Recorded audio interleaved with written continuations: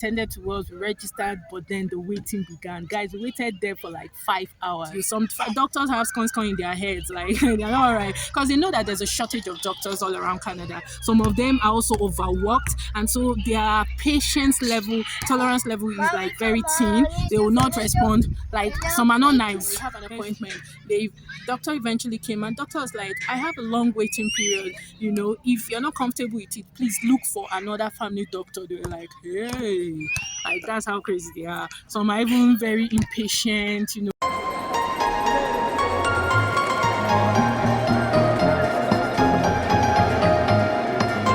Guys, welcome back to my channel. If you're new here, my name is Sandra Obona, and if you see me looking away from the camera, I'm looking at my kids. Careful, gently. So guys, this week I'm just going to be talking about as in my experience with the Canadian health system. Most times when you come to Canada, you get a family doctor. That family doctor sees you, sees your family members, and just make sure that you have access to doctors. However, getting that family doctor sometimes is a hassle. Some family doctors, once they have taken the maximum amount of number of patients they are supposed to take, they just close up. Then getting the one that is open is always a hassle, so you have to search and find. Our family doctor told us that he sees like nothing less than 40 patients a day. If you ask me, that's quite a number. He says he sees nothing less than 40 patients a day, and that is because they don't have so many doctors in Canada. So if you eventually get an appointment, you take the appointment seriously, because to even get another one is war. It's largely free. However, for adults who are not like on prescription medicine, you have to pay. So you would have to pay if the doctor says, for example, go and buy antibiotics from the pharmacy. Now you pay when you don't have insurance. So basically, if you don't have insurance, you can still see the doctor. You can see that one is covered. They'll check you, everything you get. You can still have access to the healthcare system.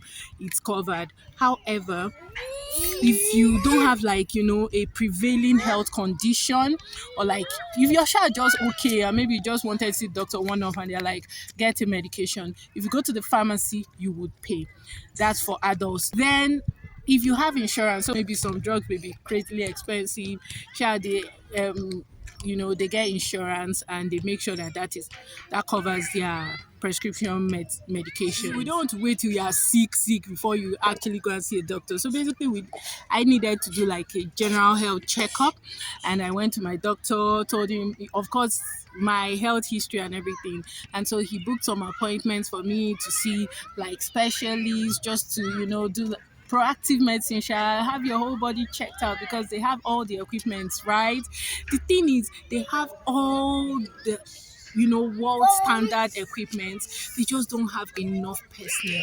So it's better to be proactive with your own health, as opposed to waiting till there's an issue and then you now start seeking medical attention, because the crowd is crazy and they don't have enough personnel. So basically, I had an appointment. This appointment was booked in like 2 months ahead of time, so it made it very easy for me. I went to the University of Alberta Teaching Hospital. Guys, I'll show you that hospital very shortly. Very lovely hospital, like hospital that is not even smelling like hospital. I didn't even smell any iodine or anything. Very and because I had like an appointment, they called me several times ahead of my appointment, like a week before, 2 weeks before. They sent me messages, they called me, they kept on sending me reminders, so I don't miss it, which I found very, very cool, honestly. As in, I felt great. Even the day before, they called me to remind me about my appointment for the next day, which I think was fantastic. And I went in easy breezy, because I was already, I already had an appointment. It was very easy for me to just go in, do what I needed to do, have my examination done, and come out. And I enjoyed the trip, actually. Then there was now another time during the week where we also had to quickly see the doctor. Now this one was quickly.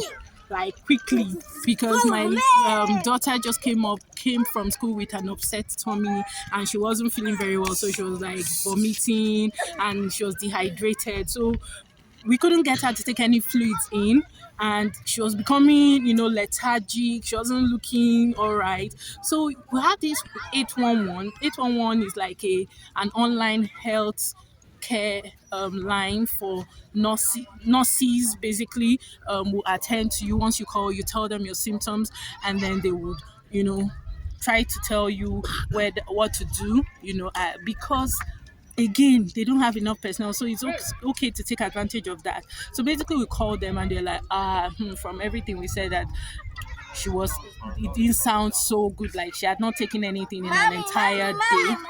Yeah, that's fine. So they said she hadn't taken anything an entire day and it wasn't good. She wasn't taking anything, so we should go to the emergency. We went to the closest emergency hospital close to us. Guys, what our eyes saw. First of all, when we got there, like it was just normal. The crowd wasn't so much, but they said that they had so many ambulances at the back end, and they had people that the doctors were attending to. And remember, they don't have many doctors and nurses, so there was a lot going on. When we came, of course, they attended to us, we registered, but then the waiting began. Guys, we waited there for like 5 hours. Hey, for a child that were like, she's not even, feeling very well. And then we now even saw conditions that were worse than ours. Like, it just humbled me. I was just like, God, it's not good to go to the hospital. Hey. Like, so that was something for us. That was crazy, because 5 hours for someone that needed to be at the emergency, and some people said they had been there for like 9 hours. Anyways, the good thing is, in between those 5 hours, we had nurses come to check on her. Like, we didn't have few doctors. Where are the doctors? They can't even attend to you. That's how crazy it is.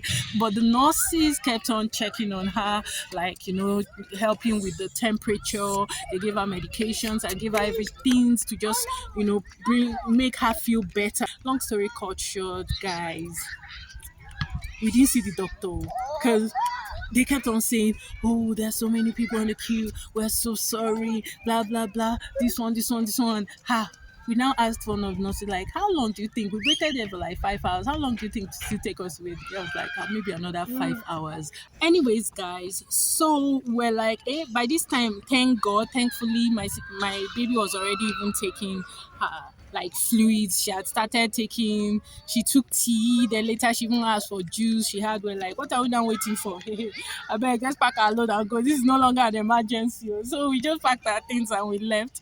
And thank God, like, she's better. I think it was just something that we didn't understand. Maybe a bug, her tummy, something she ate at school. I'm not very sure exactly. So thank God. But we packed our things and we left. So like, we really left very quickly, because they're like, hey, how can we wait in the hospital for like 10 hours? That's my son. Anyways, long story cut short, the Canadian health system is such that it's good to just understand that the way it works. It's world class. It's a world class healthcare system. They have all the equipment. They're not lacking in anything. It's not like the one that is okay. In some places they have the doctors, but they don't have the equipment. They don't have the world class standard resources to treat the people. But here they have all of that. It's just that they don't have the personnel, and that is why they're encouraging immigration in the Canadian healthcare industry or system. Anyways, long story cut short, they are quite proactive as opposed to being responsive. So in my case, where I had an appointment, I was able to, be treated with some, like, I was treated very, very well. But if it's a case of seeing the doctor urgently, it's quite difficult because they are not there. And when you come, it's good to actually try to get a family doctor as soon as possible. Like, after you get your health card, that first week, try to start finding a family doctor. And the thing is, try to ask people as well, and do the reviews online. Makes sense. Like, the reviews online are good. So try to also check the family doctor, the clinic, and the reviews online about them, because it will guide you. Some doctors have scones in their heads, like they're not alright, because they know that there's a shortage of doctors all around Canada. Some of them are also overworked, and so their patience level, tolerance level is like very thin. They will not respond. Like, some are not nice. Let's just be simple. They have coins coming. Like I know someone very close, who had to they had an appointment, or they took their child to the clinic, or their own family doctor who they already have, or like they have appointment, but they went. Even with their appointment, they still waited for well over an hour waiting. And then when they went to the receptionist to ask, like, how far our son is not feeling very well, we need to see the doctor now. We have an appointment. The doctor eventually came, and doctor was like, I have a long waiting period. If you're not comfortable with it, please look for another family doctor. They were like, hey, like that's how crazy they are. Some are even very impatient, and because they have like this time frame within which they'll see you, very short time frames, they want to quickly finish up and attend to other people waiting. So it's crazy. Anyways, long story cut short, guys, that's it for the Canadian health system. And then I think that generally they are quite proactive. Like there was a fire alarm scare in our building, and we needed to see within 5 minutes of the alarm coming off, the firefighters were already lined up. I'll show you the video already. Firefighters were already lining up. As in people were already being evacuated from the building. Like, anyways, guys, so they were very responsive. Like, they don't want the entire building to burn down from head to before they now come. You will not see all of that. They are more proactive in everything in terms of managing their people and resources, as opposed to just being responsive. Of course, being responsive is a thing for them too, but I think that because of the shortage of human capital, or human personnel, like we have an appointment that is booked in a year ahead of time, guys. A year. Like, this is something that if they had enough doctors, they would have seen, you very quickly. But they don't have enough doctors. They are fully booked. Everything is just, they don't have the people. They have everything, to do the work, but they just don't have the people. So what you have is appointments booked in. For example, that one I had to attend was 2.5 months ahead of time. Then there's another one again, which is a year ahead of time. If they had the people, the personnel, they would have seen you very quickly. So that's just it. Anyways, guys, I hope you enjoyed this video. If you did, please don't forget to like, share, comment, and subscribe. Let me go and be going home. All right, bye. Something